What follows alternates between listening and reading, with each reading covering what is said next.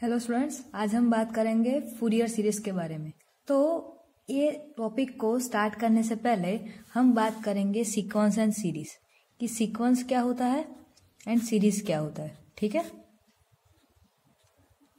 तो सीक्वेंस का मतलब क्या होता है कि सीक्वेंस मतलब क्या, a list of numbers and terms separated by commas कि एक लिस्ट होता है नंबर्स या फिर टर्म्स का। ठीक है, उसको हम सेपरेट करते हैं कॉमास के थ्रू, तो उसे हम क्या बोलते हैं, सीक्वेंस बोलते हैं। For the example of 2, 4, 6, 8, 10 up to infinite. दूसरा एग्जांपल ऐसे भी ले सकती हूँ मैं, 2, -7, 10, -11 ऐसे, या फिर terms 3x, 4x, 8x, 7x। तो कोई भी नंबर्स एंड टर्म्स जो सेपरेट होते हैं कॉमास के थ्रू, उसे हम क्या बोलते हैं, सीक्वेंस बोलते हैं। तो सीरीज का मतलब क्या होता है, a list of numbers and terms separated by plus और माइनस साइन। कि नंबर्स एंड टर्म्स जो होती है वो सेपरेट होती है, किससे सेपरेट करते हैं, प्लस एंड माइनस साइन। मतलब कि जो हमारा ऑपरेशन है एडिशन एंड सब्ट्रैक्शन, उससे हम उसको सेपरेट करते हैं, उसे हम क्या बोलते हैं, सीरीज बोलते हैं। फॉर द एग्जाम्पल ऑफ यही जो सीक्वेंस है उसको हम ले लेते हैं कि 2 + 4 + 6 + 8 + 10 + अप टू इनफाइनाइट, राइट। तो ये हमारी क्या हो गई, सीरीज हो गई, क्योंकि दो टर्म्स के बीच में एडिशन की साइन आई गई, राइट। तो इससे हम क्या बोलते हैं, सीरीज बोलते हैं। एक और एग्जांपल लेते हैं कि 5x⁻10 + 3x⁻9 -4x⁻8 +1/2 1/2x⁻7 plus infinite. तो इसमें भी आप देख सकते हो कि ये जो दो टर्म्स है उसके बीच में एडिशन एंड सब्ट्रैक्शन की साइन है, मतलब कि ये हमारी क्या हो गई, सीरीज हो गई, राइट। तो ये हमारी सीक्वेंस एंड सीरीज का जो हमारा बेसिक था वो यहाँ पे हो गया। अब हम बात करेंगे अरिथमेटिक प्रोग्रेशन। ये क्या होता है कि अरिथमेटिक प्रोग्रेशन मतलब कि सीक्वेंस में, राइट, कि 2, 4, 6, 8 अप टू एडिशन हो, राइट। सीक्वेंस में एडिशन हो, 2 + 2 4, 4 + 2 6, 6 + 2 8, 8 + 2 10। तो ऐसे इसे हम क्या बोलते हैं, अरिथमेटिक प्रोग्रेशन बोलते हैं। एंड ज्योमेट्रिक प्रोग्रेशन किसे बोलते हैं, ज्योमेट्रिक प्रोग्रेशन कि जिसमें जो सीक्वेंस है, राइट, उसमें मल्टीप्लीकेशन हो, जैसे कि 2, 4, 8, 16। इसमें आप देख सकते हो कि 2 से मल्टीप्लाई हो रहा है, राइट। उसे हम क्या बोलते हैं, ज्योमेट्रिक प्रोग्रेशन बोलते हैं। मतलब कि इसे हम अगर शॉर्ट फॉर्म में लिखे तो ये हमारा एपी एंड ये हमारा जीपी हो गए, राइट स्टूडेंट्स। और आपको ये सब भी कुछ आपकी नोटबुक में लिखना है, ओके। चलो अब हम बात करते हैं फूरियर सीरीज के बारे में। सीक्वेंस एंड सीरीज आपको पता चल गया, राइट। अब हम बात करते हैं फूरियर सीरीज के बारे में। तो फूरियर सीरीज में क्या होता है, a series whose each and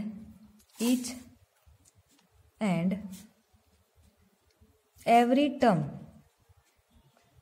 is either of sine और cosine.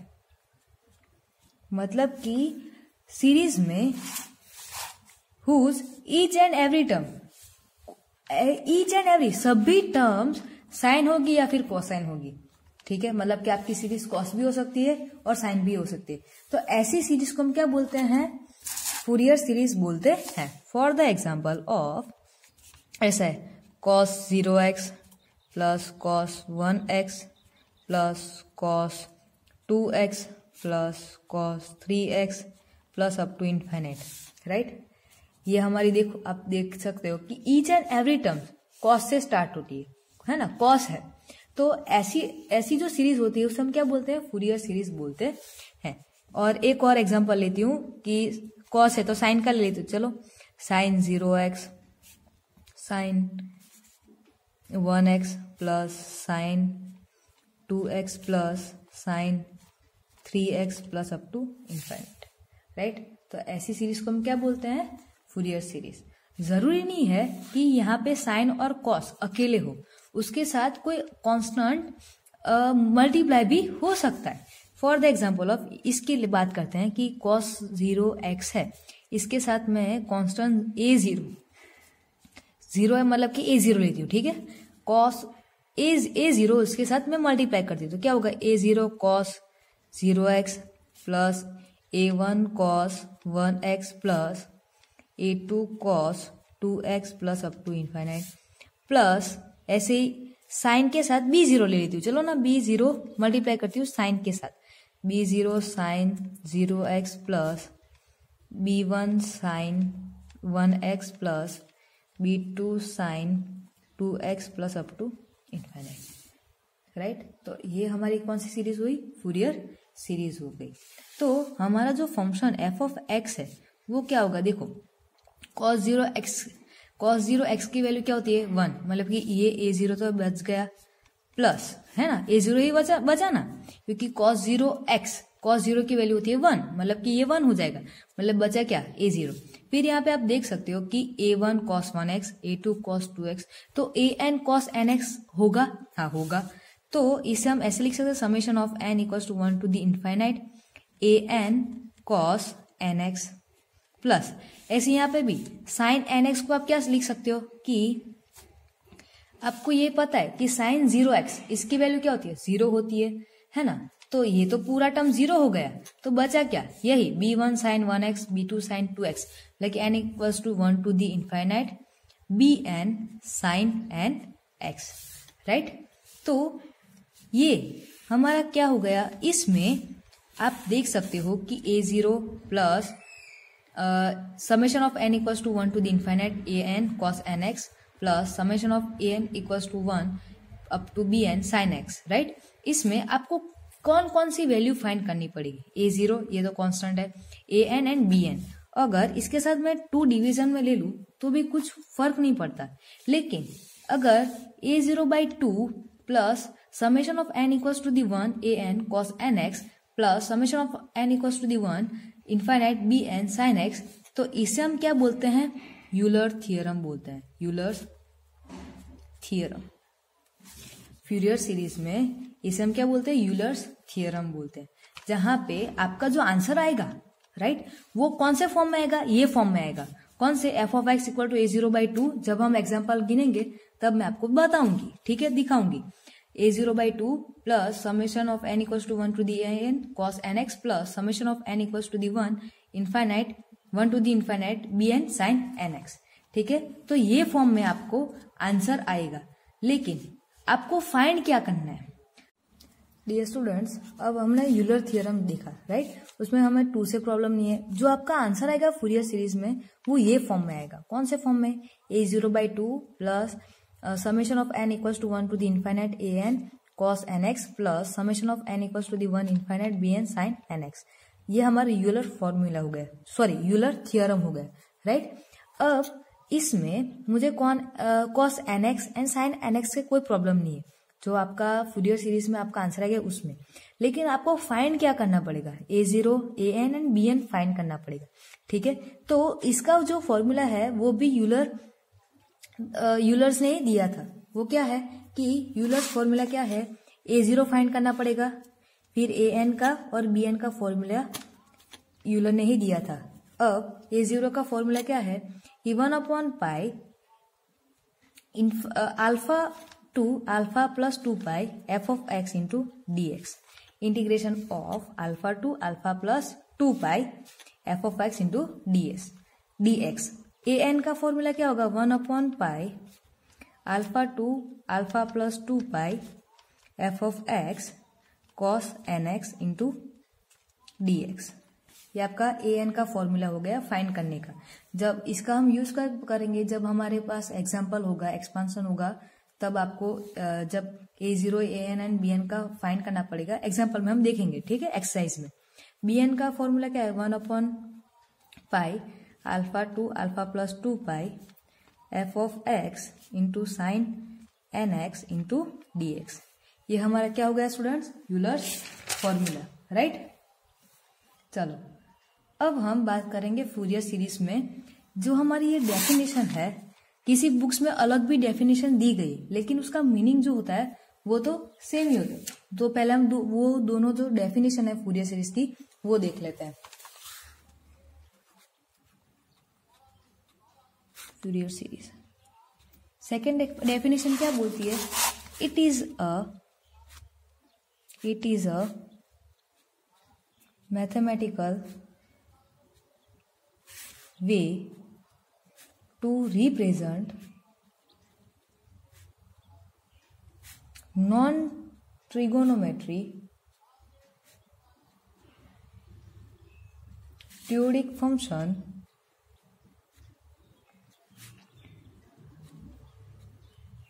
as an infinite sum मतलब की सीरीज ऑफ ट्रिगोनोमेट्रिक फंक्शन। ये एक मैथमेटिकल वे है रिप्रेजेंट करने को जो नॉन ट्रिगोनोमेट्रिक पीरियोडिक फंक्शन है, राइट, उसको infinite sum of trigonometric function में उसको सम करने मतलब कि सीरीज के फॉर्म में रिप्रेजेंट करने की जो सीरीज है उसे हम क्या बोलते हैं, फूरियर सीरीज बोलते हैं। एंड थर्ड आपकी जो डेफिनेशन है वो है, अलग अलग बुक्स में स्टूडेंट्स अलग अलग फूरियर सीरीज की डिफाइन दी गई है। It is an expression used for periodic signals to expand into sum of set of simple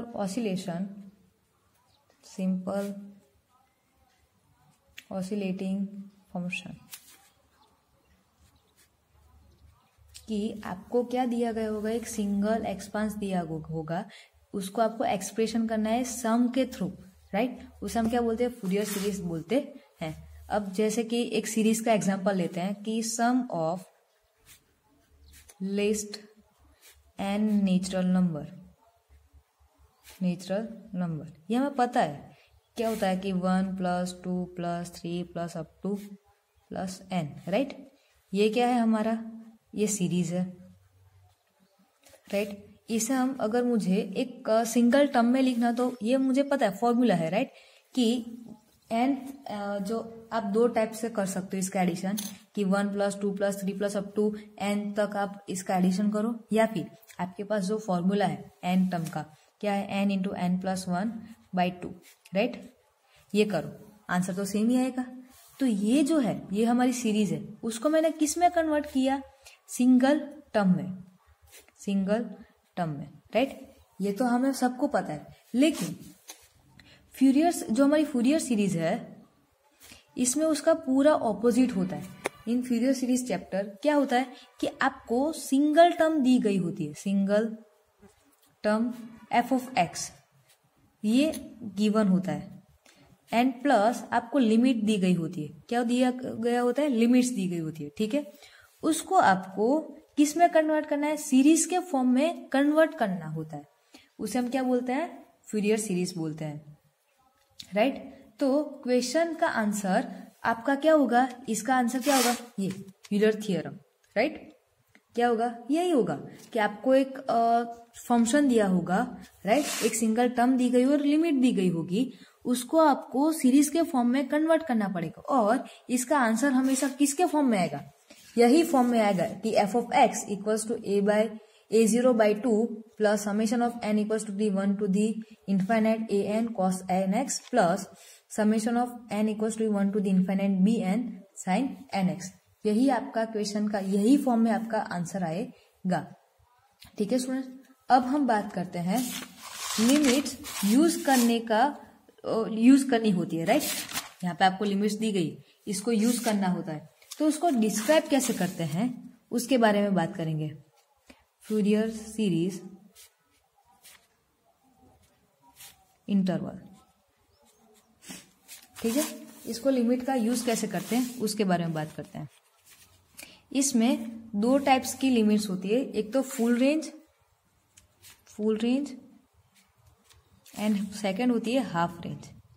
अब आप बोलो कि madam half range and full range में कैसे होता है, उसके बारे में बात करना है। ठीक है, तो फुल रेंज में क्या होता है, पाई लिमिट्स, अगर लिमिट आपकी पाई हो तो पाई लिमिट्स, एंड सेकंड अगर आपकी कांस्टेंट लिमिट हो तो कांस्टेंट लिमिट्स हो तो। ठीक है, तो पाई लिमिट्स में आपके पास दो है, 0 to 2 पाई एंड -π to पाई।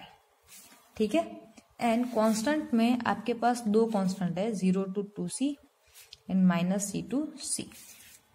ये आपकी फुल रेंज हो गई। अब आप बोलोगे कैसे फुल रेंज मैडम, तो अगर मैं इसका ग्राफ ड्रॉ करूं तो मुझे पता है यहाँ पे आपका 0 आएगा, राइट, और आपका यहाँ पे आपका 0 आएगा और नीचे क्या आएगा, 2 पाई आएगा ना, है ना। तो इसका अगर मैं रोटेशन करूँ फुल, तो राइट 0 to 2 पाई लिमिट लगाऊं तो ये पूरा रोटेशन होता है। इसके लिए ये पूरा सर्कल हुआ तो है ना, फुल रेंज हुई, क्योंकि 0 to 2 पाई आपकी लिमिट 0 से स्टार्ट होती है, 0 से स्टार्ट की मैंने और 2 पाई पर अटक गई, मतलब कि पूरा सर्कल बना, मतलब कि ये क्या है, फुल रेंज होता है। ऐसे ही -π to पाई कैसे होता है वो भी मैं बताती हूँ आपको, कि आपका ये 0, ये 2 पाई, ये पाई और यहाँ पे -π आएगा, राइट। तो आपकी जो लिमिट है वो -π से स्टार्ट होती है और पाई पर अटकती है ना, तो पूरा सर्कल रोटेशन हुआ, राइट। तो इसे हम क्या बोलते हैं, फुल रेंज बोलते हैं, क्योंकि पूरा रोटेशन होता है इसकी वजह से। क्लियर। ऐसे ही चलो हाफ रेंज की बात करते हैं। हाफ रेंज में भी पाई लिमिट्स की बात करेंगे एंड कांस्टेंट लिमिट की भी बात करेंगे। ठीक है, तो पाई लिमिट्स क्या होगी, 0 to पाई एंड कांस्टेंट में 0 to c। इसकी बात करें तो अगर ग्राफ में इसको मैं ड्रॉ करूं, ठीक है, तो यहाँ पे 0 आएगा और यहाँ पे पाई आएगा, है ना। 0 से स्टार्ट किया मैंने यहाँ से और पाई पर अटक गई, तो आप देख सकते हो सर्कल कितना बना, सेमी हाफ बना, राइट। तो इसे हम क्या बोलते हैं, हाफ रेंज बोलते हैं। ठीक है, और एक नोट लेती हूँ, नोट के बारे में एक नोट है कि अमॉन्ग ऑल दीज लिमिट्स, आपकी जो ये सभी के सभी लिमिट्स है, these limits we can take additional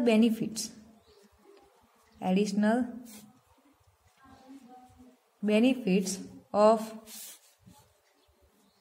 being even and odd function f of x with -π to पाई और -c to c only, कि आपको एडिशनल बेनिफिट्स मिलेंगे किसमें, जब आपकी जो लिमिट्स है वो कौन सी हो, -π to pi and -c to c हो, या हमारी जो एडिशनल बेनिफिट्स है वो आपके फंक्शन को प्रूव करेगी ये इवन फंक्शन है कि ये ऑड फंक्शन है। समझ में आएगा क्या बोला मैंने, कि आपके पास एक फंक्शन दिया गया, उसकी लिमिट क्या है, -π to पाई है या फिर -c to c है, तो उसमें एडिशनल बेनिफिट आपको मिलेगा कि ये जो आपका फंक्शन है वो क्या है, इवन है कि ऑड है, वो आप प्रूफ कर सकते हो या फिर देख सकते हो। ठीक है, अब हम बात करेंगे डिरिचलेट बाउंड्री कंडीशन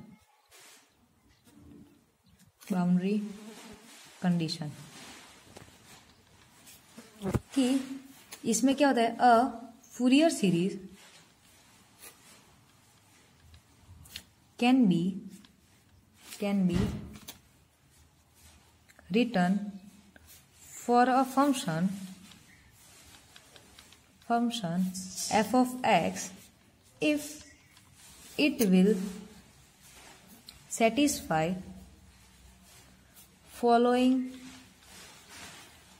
प्रॉपर्टीज, मतलब की कंडीशन कि Fourier series can be return for a function, मतलब कि जो फूरियर सीरीज है उसको हम रिटर्न कर सकते हैं फंक्शन के लिए अगर वो डिलीटेड बाउंड्री कंडीशन को कैसे सेटिस्फाई करती है कि आपकी जो कंडीशन है प्रॉपर्टीज उसको अगर वो सेटिस्फाई करे तो वो डिलीटेड बाउंड्री कंडीशन होगी। ठीक है, कौन कौन सी कंडीशन है? फर्स्ट वन कि F of x must be periodic, F of x must be periodic, finite and single valued, मतलब कि जो हमारा एफ ऑफ एक्स है उसकी जो वैल्यू होती है वो सिंगल होनी चाहिए, फाइनाइट होनी चाहिए एंड पीरियोडिक, मतलब कि जो आंसर होता है वो क्या होता है, रिपीट होना चाहिए, राइट, रिपीट करता हो ऐसी होनी चाहिए। Second one, F of x has discontinuous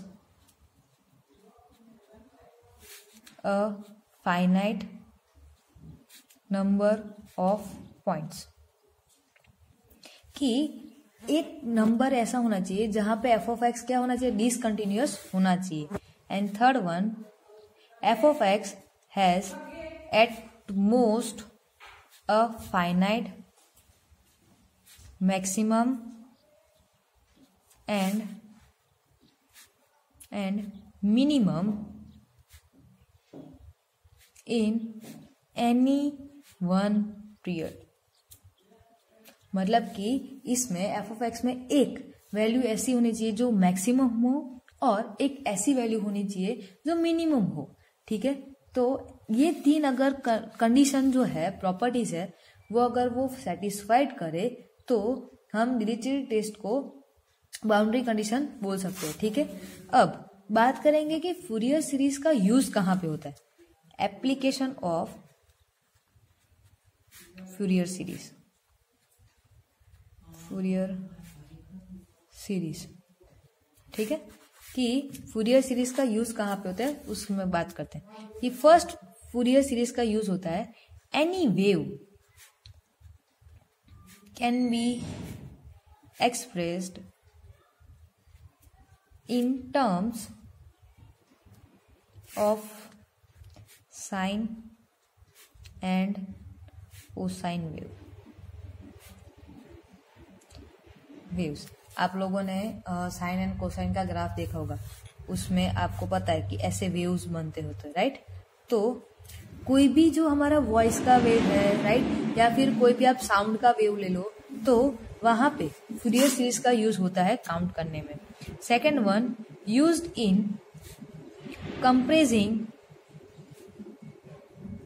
any wave form, मतलब कि अगर मेरे पास MP3 का एक ऑडियो है या फिर वीडियो है, राइट, तो उसको कंप्रेस करते हैं, वहां पे फूरियर सीरीज का यूज होता है। And third one, used in signal processing modulation and demodulation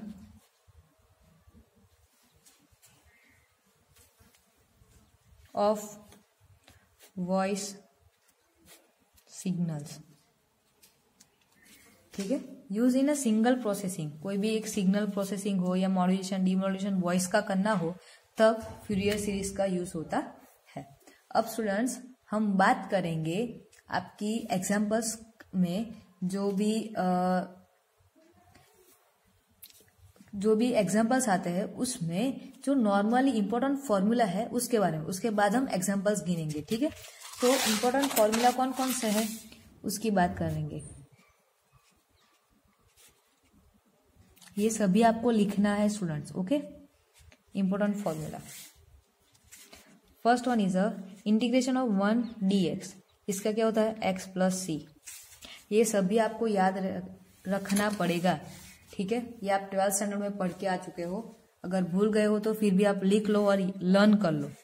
second one is integration of e raise to the a x d x, इसका क्या होता है e raise to the a x upon a plus c, right. Third one is a x raise to the n d x, क्या होता है x raise to the n plus one upon n plus one plus c. फिर fourth क्या होता है कि fourth है आपका sign a x into d x, क्या होगा minus cos a x upon a plus c. Fifth है cos a x into d x, ये क्या होगा sine a x upon a plus c. Sixth one e raise to the a x sine b x into d x, इसका क्या होता है e raise to the a x a square plus b square a sine b x minus b cos b x plus C.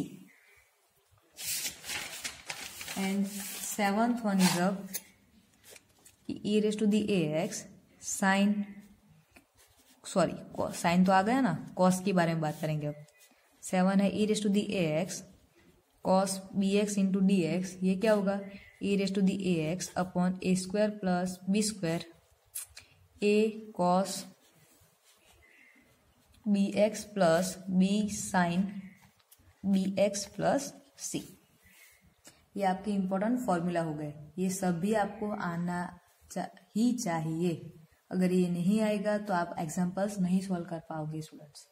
Okay, एक और formula है integration by parts, integration by parts.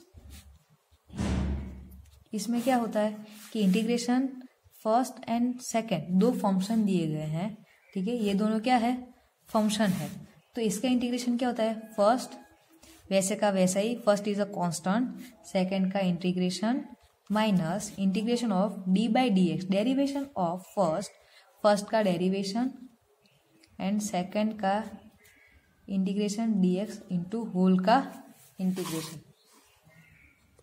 देखो ये क्या है दो फंक्शन है, right, उसका आपको इंटीग्रेशन करना है तो आपको दो पार्ट पढ़ने पड़ेंगे फर्स्ट एंड सेकंड, राइट। दो फंक्शन अगर मल्टीप्लिकेशन फॉर्म में हो तो आपको दो पार्ट पढ़ने पड़ेंगे फर्स्ट एंड सेकंड, फर्स्ट वैसे का वैसा ही, सेकंड का integration minus whole integration of d by d x of first का डेरिवेशन एंड सेकंड का integration d x and whole का इंटीग्रेशन, राइट। तो आप दो पार्ट कैसे पढ़ोगे, राइट, इन प्रोडक्ट ये दोनों प्रोडक्ट में हो तो इसका आप दो पार्ट कैसे पढ़ोगे, कौन सा आप फर्स्ट लोगे और कौन सा सेकंड लोगे, राइट।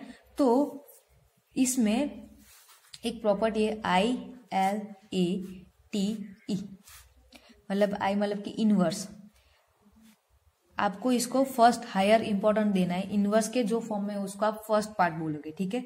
अगर दो फंक्शन होंगे इनवर्स मतलब कि साइन इनवर्स एक्स है, कॉस इनवर्स एक्स है, राइट, ऐसे टेन इनवर्स एक्स है। फिर एल मतलब कि लॉगेरिथम, लॉगेरिथमिक मतलब कि लॉग एक्स पहले जो भी फंक्शन हो वो। Third one is a algebraic, algebraic मतलब कि x1 x square x cube ऐसे। फिर टी मतलब ट्रिगोनोमेट्री, ट्रिगोनोमेट्रिक मतलब कि sign a x cos b x ऐसे, ठीक है। एंड एक्स मतलब कि एक्सपोनेंशियल, कौन कौन से e raise to the a x है, a raise to the b x है ऐसे। तो आपको ऐसे प्रायोरिटी देनी है, प्रायोरिटी कैसे ऊपर से लेके नीचे तक, मतलब कि ये आपका इनवर्स जो है वो हायर प्रायोरिटी देता है एंड जो लास्ट है ई एक्सपोनेंशियल वो लोअर प्रायोरिटी देता है। मतलब कि एक एग्जांपल ले लेते हैं कि मेरे पास फंक्शन एफ एक्स है log x into the x square into log x, ठीक है। तो इसमें आपका फर्स्ट पार्ट क्या होगा एल्जेब्रिक है और लॉगरिथम है, लॉगरिथम लॉग एक्स मतलब कि एल फर्स्ट आता है, तो इसको मैं पार्ट 1 बोलूंगी और इसको मैं पार्ट 2 बोलूंगी, राइट। और इसको यहाँ पे मैं रख दूंगी और मेरा आंसर मुझे मिल जाएगा स्टूडेंट, राइट। चलो अब हम बात करेंगे एक इम्पोर्टेंट वैल्यूज के बारे में, ठीक है। ये भी आपको पता होनी चाहिए वैल्यू कि साइन एन पाई, ये जो साइन एन पाई है वो इक्वल्स टू 0 ही होगा। कैसे? ये हमें पता है कि साइन एन मतलब एन की 0 ले लो, साइन 0 क्या होता है? 0 होता है, राइट। फिर साइन पाई क्या होता है? वो भी 0 होता है। एन 2 ले लो तो साइन 2 पाई, ये भी क्या होता है? 0 होता है। ऐसे ही साइन 2n वैल्यूज अगर ले लो, 2n, एन की जगह पर 2n ले लो, 2n पाई, ये भी क्या होगा? 0 ही होगा। ऐसे ही अगर साइन n+1, एन की जगह पे n+1 आप ले लो, ठीक है, एक डिजिट ज्यादा पाई, तो वो भी क्या होगा? 0 ही होगा। ऐसे ही साइन n-1 पाई, ये भी क्या होगा? 0 ही होगा स्टूडेंट्स। ओके, इन सब का यूज हम जब हम एग्जांपल्स गिनेंगे उसमें हम करेंगे, ठीक है। और इसके आपको नोट्स भी बनानी है। चलो सेकंड बात करेंगे इंपॉर्टेंट वैल्यूज में, cos n pi equals to the -1/n। cos n pi की वैल्यूज क्या होती है? -1/n। कैसे? कि cos 0 है, n की जगह पे 0 ले लिया, तो क्या होता है कि आपको -1/n, जो आपका n लिया है उसका आपको पावर कर लेना है, मतलब कि -1/0। -1/0 क्या होता है? 1, राइट। फिर cos पाई ले लो, राइट। cos पाई मतलब तो -1/1 मतलब कि -1, राइट। cos 2 पाई ले लो, मतलब कि n की जगह पे 2 ले लो, तो क्या होता है? -1/2 पावर, है ना। यहाँ पे n है ना, तो n हमने 2 लिया, तो आपको पावर भी कितनी लेनी? 2 लेनी है, तो आपका आंसर आएगा 1 cos 2n पाई, मतलब कि -1/2n, ये भी 1 आएगा। ऐसे ही cos n+1 पाई ले लो, है ना, n की जगह पे n+1, तो क्या होगा? -1/n+1। ऐसे ही cos n-1 पाई ले लो, तो क्या होता है? -1/n-1, right. चलो थर्ड है साइन माइनस थीटा, क्या होता है? माइनस साइन थीटा, ये भी आपको पता है। Fourth one cos minus theta, क्या होता है? कॉस थीटा होता है, ये भी आपको पता है। फिफ्थ वन साइन 2n+1 π/2, ये क्या होता है? -1/n power. And sixth one cos 2n+1 π/2, ये क्या होता है? 0 होता है स्टूडेंट्स। ओके, आई होप कि आपको समझ में आया होगा। Thank you. एंड अब हम नेक्स्ट वीडियो में इसके एग्जाम्पल्स भी देखेंगे।